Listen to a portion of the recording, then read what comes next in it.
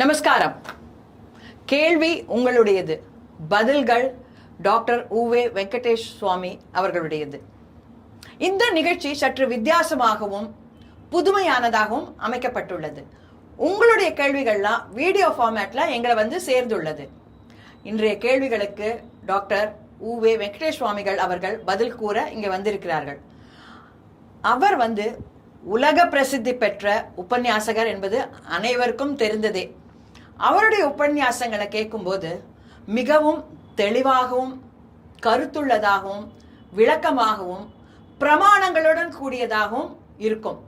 அது மட்டும் அல்லாமல் எளிதில் அனைவரையும், குழந்தைகளிலிருந்து பெரியவர்கள் வரை சென்று அடையும் ஒரு விதமாக இருக்கும்.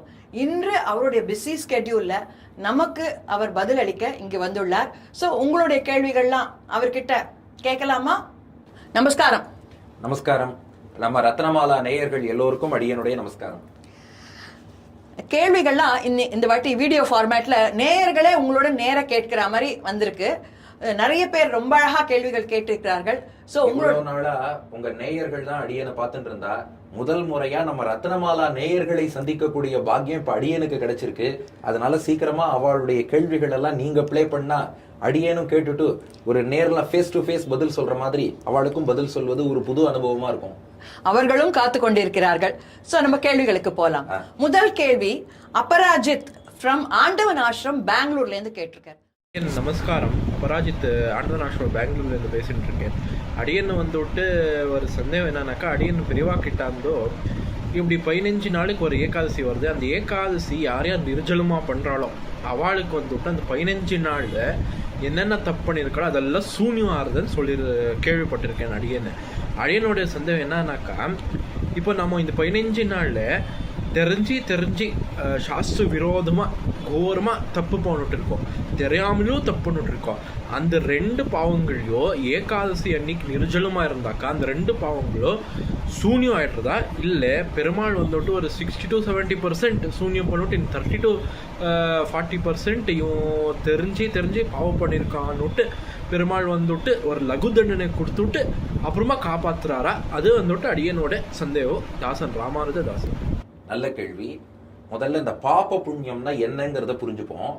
ராமானுஜர் ஸ்ரீபாஷ்யத்துல டெஃபனிஷன் கொடுத்திருக்கார் பாபத்துக்கும் புண்ணியத்துக்கும். பாபம்னா அதிருஷ்டம் சத்து, அனிஷ்ட ஜனகம் பாபம். நம்ம கண்ணுக்கு தெரியாம இருந்துட்டு நாம விரும்பாத ஒரு எஃபெக்ட கொடுத்தா அதுக்கு பாபம்னு பேராம். புண்ணியம்னா அதிருஷ்டம் சத்து, இஷ்ட ஜனகம் புண்ணியம். கண்ணுக்கு தெரியாம இருந்துட்டு நாம விரும்பிய பலனை கொடுத்தா அதுக்கு புண்ணியம்னு பேராம். நாம செய்த செயல் தான் நல்ல செயல்னா அது புண்ணியம், நல்ல எஃபெக்ட் கொடுக்கறது. தப்பா ஒண்ணு பண்ணோம்னா அது நமக்கு விரும்பாத எஃபெக்ட் கொடுக்கறது பாப்பம்ங்கிறோம். ஆனா அந்த செயல் என்னன்னு நமக்கு இப்ப கண்ணுக்கு தெரியாது, எப்போ எங்க எது பண்ணோம்னு தெரியாது. ஆனா கண்ணுக்கு தெரியாம இருந்தாலும் கொடுக்க வேண்டிய நேரத்துல பலன் கரெக்டா கொடுத்துரும். இதைத்தான் பாப்ப புண்ணியம்ங்கிறோம். இது இப்படி டெக்னிக்கலா சொல்றதை விட புரியறதுக்காக உதாரணம் சொல்றேன். இப்ப நீங்க என்ன பண்றீங்கன்னா, இந்த ஸ்டுடியோல ரெக்கார்டிங் பண்ணணுங்கிறதுக்காக புறப்பட்டு வருகிறீர்கள். வழியில வரும்போது பார்த்தா உங்க கார் திடீர்னு டயர் பஞ்சர்ங்கிறான். 10:45 ரெக்கார்டிங், ஆனா கார் டயர் பஞ்சர் ஆயிடுது. ஏன்பா பஞ்சர் ஆச்சுன்னு பார்த்தா அவ சொல்லுவா எங்கேயோ ஒரு முள்ளு குத்தி எடுத்து பஞ்சர்பான். ஆனா ஏன் இப்பதான் அந்த முள்ளு குத்தணுமா? இத்தனை நாளா இல்லாத முள்ளு, இத்தனை சாலையில இல்லாத முள்ளு இந்த சாலையில் தான் குத்தணுமானா கண்ணுக்கு தெரியாம ஒரு ஃபேக்டர், நாம பண்ண ஒரு தப்பு காத்திருந்து கரெக்டா உங்களுக்கு விரும்பாத எஃபெக்ட கொடுத்து ரெக்கார்டிங்க டிலே பண்ணணுங்கிறதுக்காக பஞ்சராக்கி விட்டுது இல்லையா? அப்பதான் சொல்றான் என்ன பாபம் பண்ணேனோ இங்க நிக்கிறேன். ரோட்ல நிக்கும் போது சொல்றோம் இல்லையா, என்ன பாபம் பண்ணேனோ தெரியல நின்னு இருக்கேங்கிறோம். அப்ப நம்ம கண்ணுக்கு தெரியாத ஒரு ஃபேக்டர், இந்த முள்ளு கண்ணுக்கு தெரியுது. ஆனா இது ஏன் இப்பதான் குத்தணுமா? நாம எங்கேயோ ஒரு தப்பு பண்ணிருக்கோம், கண்ணுக்கு தெரியல. ஆனா இப்போ ஒரு எஃபெக்ட கொடுத்து நடு ரோட்ல நிக்க வச்சுடுத்து, அதுக்கு பாப்பம்னு பேரு. இப்ப இதையே தொடருமோ, நீங்க ரோட்ல நின்று இருக்கீள், திடீர்னு யாரோ ஒருத்தர் கார்ல வரார். ஆஹா நம்ம ரத்னா மேடமா, மேடம் உங்களுடைய லட்சக்கணக்கான ரசிகர்கள்ல நானும் ஒருவன், உங்க சேனல்ல நானும் சப்ஸ்கிரைப் பண்ணிருக்கேன், என் கார்ல ஏறுங்கோ ஸ்டுடியோல விடுறேங்கிறார். ஏறி உட்கார்றேன், சொல்றேன் என்ன புண்ணியம் பண்ணேனோ தெரியல, இவர் கொண்டு விட்டுட்டாருங்கிறேன். அப்போ அவர் ஏன் கரெக்டா அந்த இடத்துல வரணும்? வந்தவர் ஏன் உங்களை பார்க்கணும்? அவர் ஏன் உங்க சப்ஸ்கிரைபரா இருக்கணும்? ஏதோ ஒரு நல்ல காரியம் பண்ணிருக்கோம், கண்ணுக்கு தெரியாம அது இருக்கு, ஆனா சரியான நேரத்துல விரும்பிய பலன் உன்னை கொடுத்துருத்து, அதுக்கு புண்ணியம்னு பேரு. அப்ப நாம் செய்த செயல் ஒரு நல்ல செயல், எங்கேயோ மறைஞ்சிருந்து விரும்பிய எஃபெக்ட கொடுத்தா அது புண்ணியம். கெட்ட செயல் மறைஞ்சிருந்து நாம விரும்பாத எஃபெக்ட் கொடுத்தா பார்ப்போம். இப்ப இந்த டெஃபினேஷன் புரிஞ்சுடுத்து. இது தெரிஞ்சு தெரியாம பண்ணோங்கிற கிளாசிபிகேஷன் வேற. ஆனா அவர் என்ன கேட்கிறார், இப்ப ஏகாதசி விரதம் இருக்கும், அது எந்த பாப்பங்களை போக்கும்னா எல்லா பாப்பத்தையும் போக்கும்னா லிட்டரலா எல்லா பாப்பங்களையுமே மொத்தமா போக்கும்னு அர்த்தம் இல்லை. அப்படி எல்லா கர்மாவும் போயிடுத்துனா மோட்சமே போயிடுவோமே. அதனால துவாதசி பாராயணம் பண்றதுக்கு அவரே இருக்க மாட்டார். ஏகாதசி விரதம் மொத்த பாப்பங்களும் போயிடுத்து அப்படின்னு சொன்னா நேரம் மோட்சம் தானே போகணும். அப்ப இங்க பாப்பம்ங்கிறத எப்படி புரிஞ்சுக்கணும்னா இத ராமானுஜர் உள்ளிட்ட ஆச்சாரியர்கள் காட்டியிருக்கா.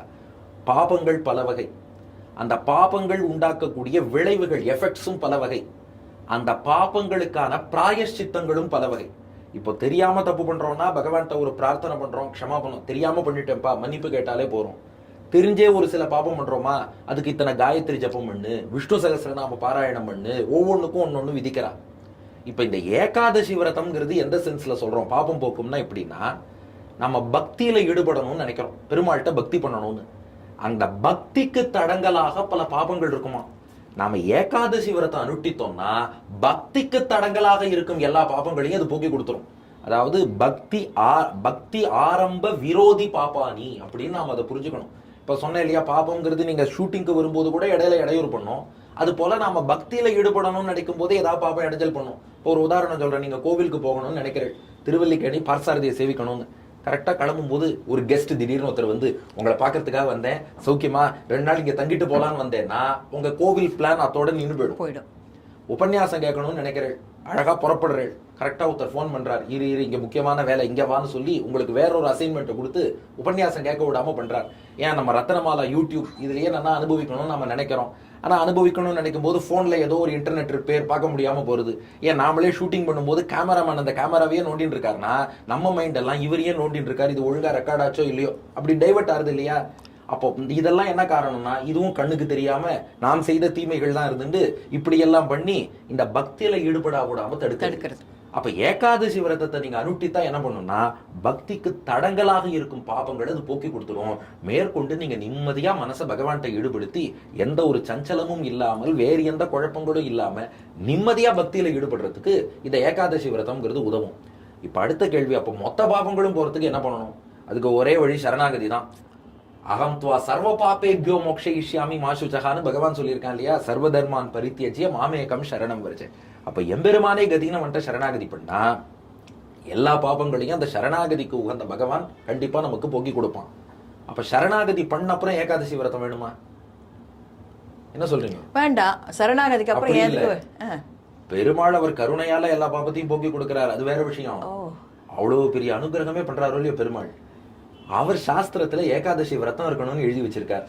நான் அதை பண்ணி அவரை ப்ளீஸ் பண்ணலாமே, அந்த எம்பெருமானுடைய பிரீத்திக்காக அவன் திருப்திக்காக அவரோட ஒரு என் குழந்தைடா நான் சொன்ன சாஸ்திரத்துல இவன் கரெக்டா பண்ணிட்டான், பெருமாளை சாட்டிஸ்ஃபை பண்றதுக்கு நான் இருக்கலாம் இல்லையா. அப்ப இதை வச்சுன்னு ஒரு பாபத்தை போக்கணும் தேவையில்லை. அப்ப இது ரொம்ப வசதியான நிலை. ஒரு லெவல்ல இருந்து பார்த்தா நமக்கு மொத்தம் 11 இந்திரியங்கள், 5 ஞானேந்திரியம், மெய் வாய் கண் மூக்கு செவி, 5 கர்மேந்திரியம், நாக்கு கை கால் மலத்வாரம் ஜலத்வாரம், அத்தோட இதுக்கெல்லாம் கேப்டன் மனசு. அதாவது இதுவும் ஒரு கிரிக்கெட் டீம் தான். 5 ஞானேந்திரியம் 5 பவுலர், 5 கர்மேந்திரியம் 5 பேட்ஸ்மேன், மனசு captain come wicket keeper Dhoni மாதிரி. இந்த 11 பேர் இருக்கா. 11 பண்ற பாபத்துக்கு என்னப்பா தீர்வுன்னா அந்த பக்திக்கு தடையா இருக்கும் பாபங்களுக்கு 11வது திதி ஏகாதசியில விரதம் வருது. 11 இந்திரியங்கள்ல பாப்போம், அது தீர 11வது அந்த திதியான ஏகாதசி அதுல விரதம் இருப்பது பக்திக்கு தடங்கலா இருக்கிற பாபங்களை போக்கிடும். அந்த பார்ட்டை மட்டும் போக்கும். இப்போ ஒரு மூட்டையிலேருந்து அரிசி எடுத்துட்டோம்னா மூட்டையே காலின்னு அர்த்தம் இல்லை, குறிப்பிட்ட பார்ட்டை எடுத்துட்டோம், அந்த பாபங்களை போக்கும். சரணாகதி பண்ணா எல்லா பாபங்களும் போயிடுறது. அப்ப நான் பெருமாளை ப்ளீஸ் பண்றதுக்காக எனக்கு இவ்வளவு பெரிய அனுகிரகம் பகவான் பண்ணியிருக்கான், அவனை மகிழ்விப்பதற்காக விரதம் இருக்கேன்னு இருந்துட்டு மேலும் நாம விரதம் இருந்தோம்னா தூக்கம் கொஞ்சம் குறையும். ஏன்னா மற்ற நாள்லாம் பார்த்தா நம்ம கொஞ்சம் சாப்பிட்டுட்டோம்னா நெக்ஸ்ட் கொஞ்சம் தூங்கணும், மீல்ஸ் ஆயிடுத்துனாலே மத்தியானம் ஸ்கூல்லயே தயிர் சாதம் சாப்பிட்டா மேக்ஸ் கிளாஸ்ல தூங்கணும்னு தோன்றது இல்லையா. கொஞ்சம் ஏகாதசி சாப்பிடாம இருந்தோம்னா கொஞ்சம் முழிச்சுன்னு இருப்போம். முழிச்சுன்னு இருந்து பெருமாளை தியானிப்பதற்கு அது உதவும். சயின்டிஃபிக்கா என்ன சொல்றா, நமக்கு பிளட் ஃப்ளோங்கிறது டைஜஸ்டிவ் சிஸ்டம் நோக்கியே போயிடுச்சுன்னா இங்க போறது கொஞ்சம் குறைஞ்சிடும், கொஞ்சம் இங்க குறைச்சினோம்னா இங்க கொஞ்சம் நிறைய போகும். மேலும் இன்னும் விஞ்ஞான ரீதியில நிறைய சொல்றா, அது ஒரு 15 days ஒன்ஸ் விரதம் இருந்தோம்னா நம்ம பவல்ஸ் எல்லாம் கிளியர் ஆகுது. சயின்டிபிக் பெனிஃபிட்ஸ் 2ஆம் பட்சம் இருந்தாலும் கூட சாஸ்திர ரீதியா பெருமாளை மகிழ்விக்கணும், அது முக்கியம். அதுக்காக ஏகாதசி விரதம் அனுஷ்டிக்கணும். ரொம்ப அழகா சொன்னேன். ஸோ இதுல உங்களுடைய டாக்டரோட இதையும் சேர்த்து சொல்லியிருக்கேன். அதனால போத் சயின்டிஃபிக் அண்ட் நம்ம புராணங்கள்ல சொன்ன விஷயங்களையும் சேர்த்து ரொம்ப அழகா சொன்னேன். தேங்க்யூ. ஸ்பிரிச்சுவல் தான் பிரெடாமினன்ட். சயின்டிபிக்ங்கிறது செகண்டரியா நம்ம ரசிக்கலாமே ஒழிய இதுக்காக தான் அது இருக்கும்னு அதோட லெவல்ல குறைச்சிடக்கூடாது. Very good. விஜயகுமார் அப்படின்றவர் கலிபோர்னியால இருந்து கேட்டிருக்கார். நமஸ்காரம். நம்ம அடியேன் விஜயகுமார் கலிஃபோர்னியிலிருந்து. ஒரே ஒரு சந்தேகம். நம்ம சந்தியாவந்தனம் அந்த மாதிரி பண்ற எத்தனையோ கிரமத்துல சர்வம் ஸ்ரீ கிருஷ்ணார்ப்பணம் தான் பல தடவை சொல்றோம். 10 அவதாரங்கள்ல ஏன் இந்த கிருஷ்ணார்ப்பணம் மட்டும் சேவிக்கிறோம், மற்ற அவதாரங்கள் ராமரோ பலராமோ யாரையும் சொல்றது இல்லை அப்படின்னு தெரிஞ்சுக்கணும்னு ஆசை. நமஸ்காரம். ரொம்ப சிறப்பான கேள்வி. அதாவது கிருஷ்ணன்கிறது நம்ம கண்ணபிரானை மட்டும்தான் குறிக்கிறதுன்னு எடுத்துக்க வேண்டாம். ஏன்னா நம்ம விஷ்ணு சகஸ்ரநாமத்திலேயே அக்ராஹ்ய சாஸ்வத கிருஷ்ணோ லோகிதாட்ச பிரதர்தனஹா, கிருஷ்ணகான்னு பெருமாளுக்கே ஒரு திருநாமம் இருக்கு. கிருஷ்ணன்னா என்ன அர்த்தம்? கருமை நிறம் கொண்டவன் அர்த்தம். இன்னொன்னு கிருஷினா பூமி, நானா ஆனந்தம். பூமிக்கு ஆனந்தம் தருபவன் கிருஷ்ணன். கருமை நிறம் கொண்டவன் கிருஷ்ணன். அது பெருமாளுக்கும் பொருந்தும், பெருமாளுடைய எல்லா அவதாரங்களுக்கும் பொருந்தும். அதனால பெருமாள்கிட்ட அர்ப்பணிக்கிறேன்னே நாம நினைச்சுக்கலாம். இன்னொன்னு நம்ம ஊர் பெருமாள் யாரோ, நம்ம சொந்த கிராமத்து பெருமாள் யாரோ, நம்ம பெரியோர்கள் ஆராதித்த அந்த திவ்ய தேச பெருமாள் யாரோ, அல்லது நம்மாத்து பெருமாள் அவரையே கிருஷ்ணன் என்று கண்டு கூட சர்வம் கிருஷ்ணார்ப்பணம்ங்கும் போது, ஸ்ரீ கிருஷ்ணார்ப்பணம்ங்கும் போது கிருஷ்ணனாக நம்மாத்து பெருமாளையோ நம்மூர் பெருமாளையுமே நீங்க கருதலாம். ஆனா விசேஷமா அது ஏன் எத்தனையோ திருநாமங்கள் இருக்கும்போது கிருஷ்ணன் சொல்றதுக்கு காரணம் என்ன அப்படின்னா, கிருஷ்ணன் தான் எல்லாத்தையும் எங்கிட்ட அர்ப்பணிக்கணுங்கிறத ஸ்பஷ்டமா பகவத்கீதையில சொன்னான். மற்ற எல்லா அவதார பெருமாளும் அதை உபதேசம் பண்ணாலும் ஒருத்தர் 2 பேருக்கு சொல்லியிருப்பா. அதை உலகத்துக்கே புரியும்படியாக பகவத்கீதையில எல்லாத்தையும் எங்கிட்ட அர்ப்பணிச்சுடு. மயி சர்வாணி கர்மாணி சந்நியஸ்ய அத்தியாத்ம சேதசா நிராஷீர் நிர்மமோ பூத்வா யுத்தியஸ்ய விகதஜ்வரஹா. எல்லாத்தையும் எங்கிட்ட அர்ப்பணி. யத் கரோஷி யத் அஷ்னாசி யத் ஜுகோஷி தபஸ்யசி, நீ என்னென்னலாம் பண்ணுகிறாயோ தத்குருஷ்வ மதர்ப்பணம். பகவத்கீதையில 9ஆம் அத்தியாயத்துல இந்த ஸ்லோகம் இருக்கு. தத்குருஷ்வ மதர்ப்பணம், எங்கிட்ட அர்ப்பணிச்சுட்டு எதுவா இருந்தாலும் பண்ணு. அப்ப கிருஷ்ணன் தான் மதர்ப்பணம், எங்கிட்ட அர்ப்பணிச்சு செய்யின்னு சொல்லியிருக்கான். அதனால ஸ்ரீ கிருஷ்ணார்ப்பணம்னு அதை விசேஷமாக சொல்கிறோம். அடுத்தது பத்மினி அப்படின்றவர் ஓஎம்ஆர்ல இருந்து கேட்டிருக்கார். நமஸ்காரம். நான் பத்மினி பேசுறேன், ஓஎம்ஆர் பெருங்குடியிலேருந்து. எனக்கு 2 விஷயத்தை பத்தி கொஞ்சம் தெரிஞ்சுக்கணும். எங்க அம்மா அப்பாவுக்கு நாங்க 2 புள்ள கிடையாது. ஸோ அதனால எங்க அம்மா அப்பாவுக்கு தர்ப்பணமோ மாலை தர்ப்பணமோ மாச தர்ப்பணமோ யாரும் பண்றதில்ல. அண்ட் தவசமுமே நாங்க வேத பாடசாலையில ஆராதனைக்கு கொடுத்து தான் பண்றோம். இது சரியா தவறா, இல்லை எந்த மாதிரி பண்ணணும்? அது ஒண்ணு. இன்னொன்னு, தவசம் தர்ப்பணம் அதுலெல்லாம் நம்ம தோரம்பருப்பு சேர்க்கக்கூடாதுன்னு வச்சுட்டு இருக்கோம். அது ஏன், அதுவும் தெரியணும் எனக்கு. தேங்க்யூ. இப்போ 2 பேரும் பெண்களா இருக்கும்போது அவருக்கு பண்ண வேண்டிய சிராத்தம் தர்ப்பணம் உள்ளிட்டவை எல்லாம் யார் பண்ணுவாங்கிறது கேள்வி. பொதுவா 2 பேரும் பெண்களா இருக்கான்னா அதுக்கு அடுத்தபடியா அவளுடைய கணவன்மார்கள் மாப்பிள்ளை இருக்கா, அந்த மாப்பிள்ளை செய்வதுங்கிறது வசதி. மாமனாருக்கான சிராத்தம் உள்ளிட்டவை மாப்பிள்ளை பண்ணணும். இங்க இடத்துல நான் என்னுடைய கேள்வி ஒண்ணு கேக்குறேன். இப்போ அந்த மாப்பிள்ளைன்றவர் ஒரே பிள்ளையாவோ, அவருக்கு பெற்றோர்கள் உயிருடன் இருந்தாலோ அவர் செய்ய முடியுமா? அப்ப அந்த பொண்ணே வாத்தியார் சுவாமிகிட்ட புல்லு தொட்டு கொடுத்து அவ சார்பில் இன்னொருத்தர் பண்ணலாம். அதாவது இப்போ ஒருத்தர் சம்ஸ்காரமோ சிராத்தமோ இதெல்லாம் யார் யார் பண்ணலாங்கிறதுக்கு ஒரு பெரிய லிஸ்ட் இருக்கு. முதல் சாய்ஸ் மூத்த மகன் யார் இருக்காரோ அவர் பண்ணணும். அவரால் முடியலைன்னா பையனோட பையன், அவரால் முடியலையா அந்த பங்காளிகள் உறவுன்னு சொல்லுவா, அவா பண்ணலாம். அல்லது மனைவிக்கு கணவன்கிறவர் பண்ணுவார். அண்ணா தம்பிகள்னு இருப்பா, அல்லது பெரியப்பா பிள்ளை சித்தப்பா பிள்ளை அந்த மாதிரி இருப்பா. அல்லது இவா யாராலையும் பண்ண முடியலையா அடுத்தபடியாக மாப்பிள்ளை பண்ணலாம். அல்லது சில பேருக்கு வளர்ப்பு மகன் அந்த மாதிரி இருப்பா, அவா பண்ணலாம். பெண்கள் பண்றதுன்னா நேரா பண்றதை விட புல்லு தொட்டு கொடுத்து அவ மூலம் பண்ணலாம். இன்னொன்னு என்ன சொல்றா, யார் இவருடைய சொத்துக்கு வாரிசாரோ அப்ப இந்த பேச்சு வரலையே. சொத்தை வாங்கிக்கும் போது நீ எடுத்துக்கிறதா நான் எடுத்துக்கிறதா, எனக்கு இதுவா அதுவா, அது வரலையோ இல்லையோ, இது கர்மா பண்ணணுங்கும் போது தானே கேட்கறோம். அதனால சொத்தை யார் இன்ஹெரிட் பண்றாரோ அவருக்கு தார்மீகமா அந்த கடமை உண்டு. சொத்தை வாங்கிக்கிறவர் கண்டிப்பா பண்ணணும். இந்த இடத்துல நான் கொஞ்சம் இன்டர்ஃபியர் பண்றேன். அதுலயே ஒரு வில்லு மாதிரி எழுதி வச்சிடணும், யாருக்கு சொத்தோ அவர்கள் தான் பண்ணணும், யார் பண்றாளோ அவளுக்கு தான் சொத்து அப்படின்னு எழுதிப்பட்ட சட்டம் தான் அது. ஏற்கனவே சாஸ்திர சட்டம் தான் அது. ஒருத்தர் சொத்துல பங்கு வாங்கிக்கிறார்னா கண்டிப்பா அவர் கர்மா பண்ணணும். அதனால ஒருத்தருக்கு பண்ண வேண்டிய கர்மாவை இதெல்லாம் சாக்கா சொல்லிட்டு விடுறதுங்கிறது அவ்வளவு ஸ்லாகியம் இல்லை. இன்னொன்னு, அப்படி ஒருத்தர் எடுத்து பண்றாருன்னா அது இவருக்கும் பண்றவருக்கும் நல்லது தானே. ஒருத்தருக்கு பண்ணாங்கிறது இவருக்கும் புண்ணியம் தானே. அதனால ஒரு சொத்தை சம்பாதிக்கிறதுல எவ்வளவு ஆர்வம் இருக்கோ புண்ணியத்தை சம்பாதிக்கிறதுலயும் அந்த ஆர்வத்தை வளர்த்துட்டோம்னா அது ரொம்ப நல்லதுதான். அதனால இதுக்கு ஒரு ஃபுல் வரிசையே இருக்கு. இது தெரியணும்னா நம்ம ஸ்ரீ ராமநவமி கல்ச்சுரல் ஃபெஸ்டிவல்னு செகண்டராபாத்ல அவள் வந்து ஒரு புஸ்தகம் அடியனை எழுத சொல்லி அடியன் எழுதின சம்பிரதாயம்னு. இப்போ நம்ம நேயர்களே கூட அந்த புக்கு எப்படி கிடைக்கும் எல்லாரும் கேட்டா, அதை அவள் பிடிஎஃபாவே போட்டா. ஸ்ரீ ராமநவமி கல்ச்சுரல் ஃபெஸ்டிவல் செகண்டராபாத் அப்படின்னு சும்மா கூகுளில் போட்டா போறோம். ஸ்ரீ ராமநவமி கல்ச்சுரல் ஃபெஸ்டிவல் செகண்டராபாத் கூகுளில் போட்டேன்னா அந்த அவளுடைய வெப்சைட் வரும். அதுக்குள்ள போய் டவுன்லோட்ஸுக்கு போனா இது எல்லாமே பிடிஎஃப்ல தமிழ் இங்கிலீஷ் எல்லாத்துலயுமே இருக்கு. 35 பேர் லிஸ்ட் கொடுத்துருக்கா, யார் யாரெல்லாம் அடுத்தடுத்து பண்ணலாம் அடியன் எழுதினது தான். அந்த 35 பேர்ல நாம எந்த இடத்துல இருக்கோம்னு பார்த்துட்டு முன்னாடி உள்ளவரால் முடியலைன்னா அடுத்த நபர் அப்படின்னு சொல்லி கர்மா பண்றது தான் வசதி. இந்த தோரம்பருப்பு பயத்தம்பருப்பு பொறுத்த வரைக்கும் அதாவது அவளுடைய குடும்ப வழக்கம். அவாவா வாத்தியார் சுவாமி அவாத்து பெரியவா என்ன பண்ணா அதை ஃபாலோ பண்ணிக்கிறதுங்கிறது தான் வசதி. ஏன்னா நிறைய விஷயங்கள் வந்து சாஸ்திரங்கள்ங்கிறத விட சம்பிரதாயம்னு பெரியோர்கள் நமக்கு கொடுத்துருப்பா. சில பேர் என்ன சொல்லுவா, எங்க ஆத்துல இது சேர்க்கிற வழக்கம் உண்டும்பா, இன்னொருத்தராத்துல போனா வழக்கம் இல்லேம்பா. ஆண்டாள் நாச்சியார் நமக்கு சொன்ன ஒரே பதில், மேலையார் செய்வனர்கள். நம்ம பெரியோர்கள் என்ன பண்ணா, நம்ம ஆத்துல சிராத்தம்னா என்ன பண்ற வழக்கம், அதை ஃபாலோ பண்ணிக்க வேண்டியது. இதுக்கு ஒரு காரணம் இருக்கு இல்லைங்கிறது அப்புறம், பெரியோர்கள் பண்ணினாங்கிறது தான் பெரிய காரணம். நம்ம பெரியோர்கள் இது பண்ணானா நாம் அதுல இருந்து மாத்தி பண்ணக்கூடாது. அவ எந்தெந்த அங்கங்களோடு ஒரு செயல் செய்யறாளோ அத்தோட சேர்த்து செய்யணும். அப்பதான் பகவானுக்கு பிரீத்தி. அதனால உங்காத்து வழக்கத்தை ஃபாலோ பண்ணணும். சோ இது வந்து ஸ்ட்ரெட் ஃபாஸ்ட் ரூல்ஸ் எல்லாம் ஒண்ணும் கிடையாது. அதாவது தோரம்பருப்பு தான் போடணும் கிடையாதுன்னு நான் சொல்ல வரல. ஆனால் ஒத்தொத்தருக்கும் அவளுடைய குடும்ப வழக்கம்னு என்ன இருக்கோ அதை ஃபாலோ பண்ணுங்க. இது வந்து தேசிகன் எழுதின ஆகார நியமத்துல எங்கேயானு இருக்கா இதெல்லாம்? ஆகார நியமம் வந்து என்னைக்கு எது சமைக்கணுங்கிறத பத்தி கிடையாது. எந்தெந்த உணவுகள் உங்களுக்கு சத்துவ குணத்தை வளர்க்கும், சாத்விகமான ஆகாரம்ங்கிறது எது, அந்த மாதிரி உணவை சேர்த்துக்கணும். எதெல்லாம் சாத்விகம் கிடையாது விளக்கணுங்கிறத காமிச்சிருக்காரு. சில பேர் பொதுவா என்ன பண்றா, மகாலய பட்சம்னா உருளைக்கிழங்கு வேண்டாம், மகாலய பட்சத்துல அப்படி சொல்லல, என்னைக்குமே அது கூடாது.